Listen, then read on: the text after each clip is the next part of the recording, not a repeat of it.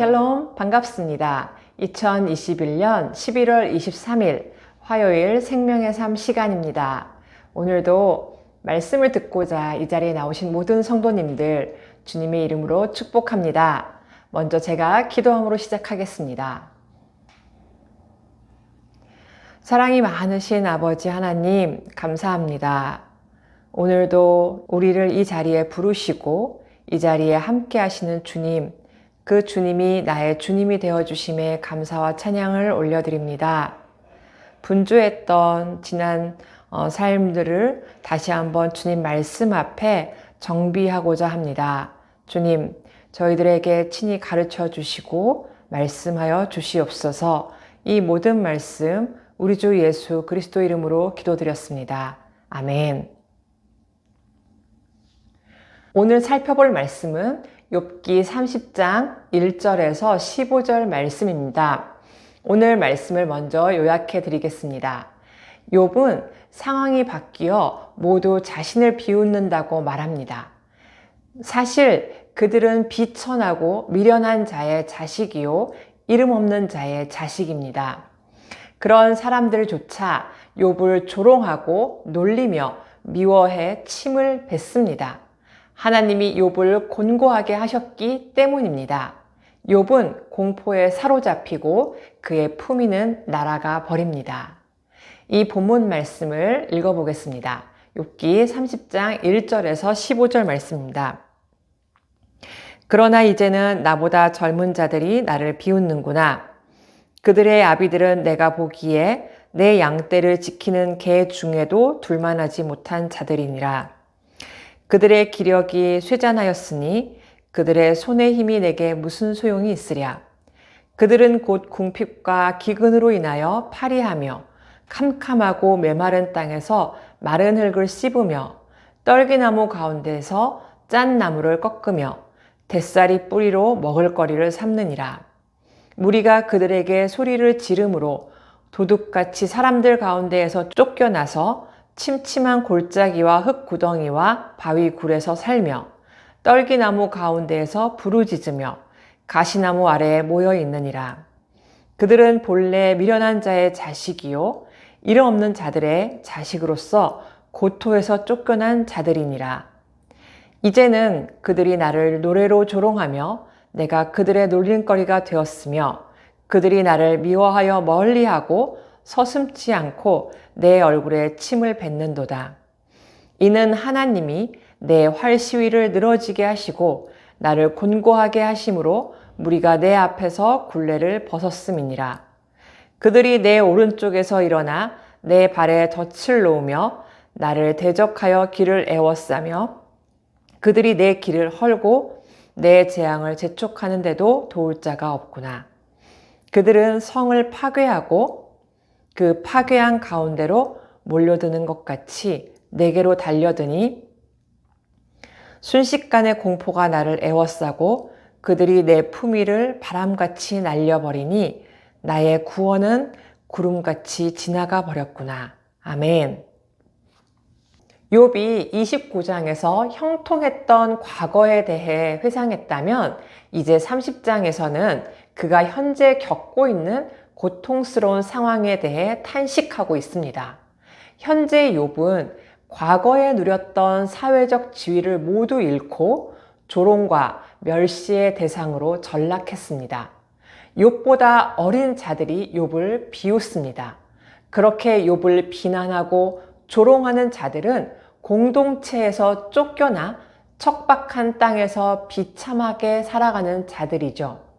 이들은 어리석은 자들일 뿐만 아니라 반사회적인 자들로 기존의 질서와 규칙을 따르지 않아 공동체에서 쫓겨나 살아가는 자들입니다.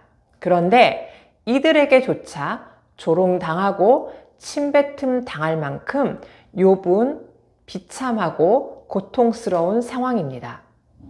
이것은 욥을 조롱하는 자들을 모욕하려는 의도가 아니라 재앙이 있기 전과 후 그들의 태도가 어떻게 달라졌는지를 보여주고 있는 것입니다. 그들은 욥이 재앙을 당하기 전에는 욥의 도움과 보호를 받았던 자들인데 이제 욥이 재앙을 만나 힘을 잃게 되자 그를 비웃고 조롱하는 일을 저지르고 있는 것입니다. 예수님도 잡히셨을 때 사람들이 그분의 얼굴에 침을 뱉고 주먹으로 치고 손바닥으로 때리며 선지자 노릇을 하라고 조롱했습니다. 욥도 예수님도 자신의 죄로 인해 이런 조롱과 멸시를 받은 것이 아니었습니다. 그렇기 때문에 성도는 악한 세상에서 이유 없이 고난을 받더라도 절망하지 말고 믿음 안에서 끝까지 우리의 죄로 조롱받으신 우리 주님의 그 십자가 앞에 나아가야 하며 그 십자가로 세상을 이기신 주님을 바라보아야 합니다. 욥은 자신이 이렇게 된 원인이 하나님께 있다고 말합니다. 하나님께서 욥의 활시위를 늘어지게 하시고 욥을 곤고하게 하셨기에 그가 약해진 것입니다. 욥은 이제 더 이상 방어할 수도 공격할 수도 없을 정도로 무력한 상태가 되었습니다.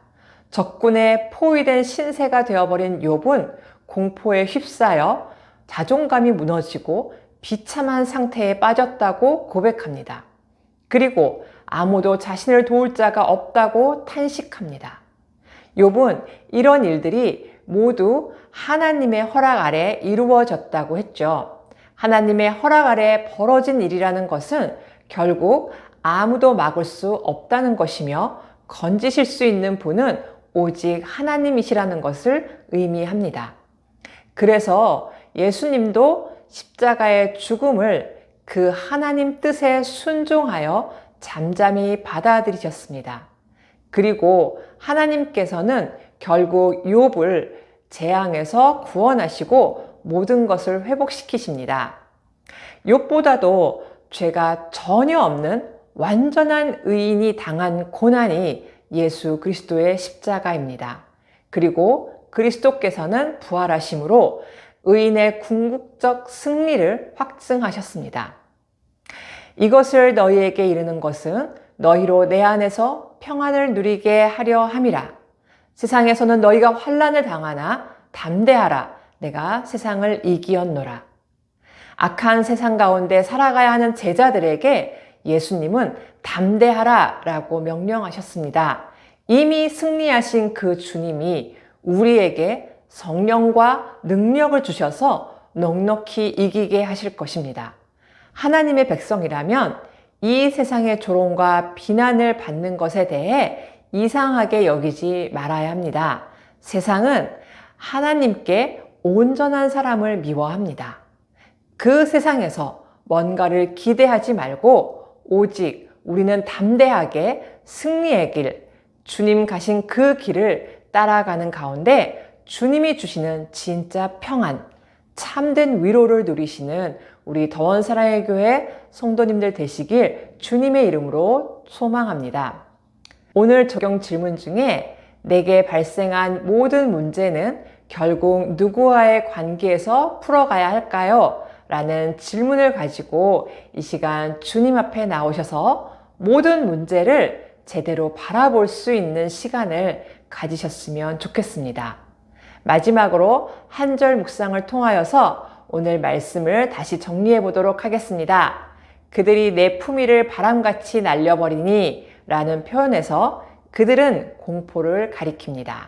공포 앞에 꼼짝 못하는 욥의 모습이 적나라하게 드러납니다. 공포는 순식간에 욥을 사로잡고 그의 품위를 날려버립니다. 품위는 욥이 과거에 누렸던 영광을 의미합니다. 고난보다 위협적인 것은 고난이 초래하는 공포입니다. 공포는 오랜 세월 쌓아 올린 명예를 날려버리고 사람을 무력하게 만듭니다. 고난에 처해도 공포에 사로잡히지는 말아야 합니다. 기도하겠습니다.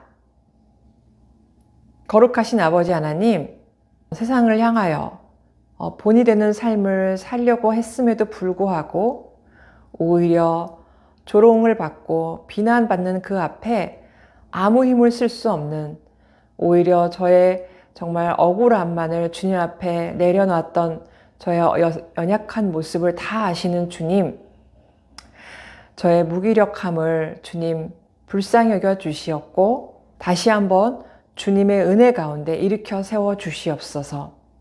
그리고 혹시라도 하나님에 대해서 오해를 하고 주님 앞에 불평하였던 저를 다시 한번 일으켜 세워 주시고 주님 저를 붙들어 주시옵소서. 오히려 주님의 더 크신 은혜를 바라볼 수 있는 그러한 믿음의 눈을 허락하여 주실 것을 믿습니다. 감사하며 이 모든 말씀 우리 주 예수 그리스도 이름으로 기도드렸습니다. 아멘.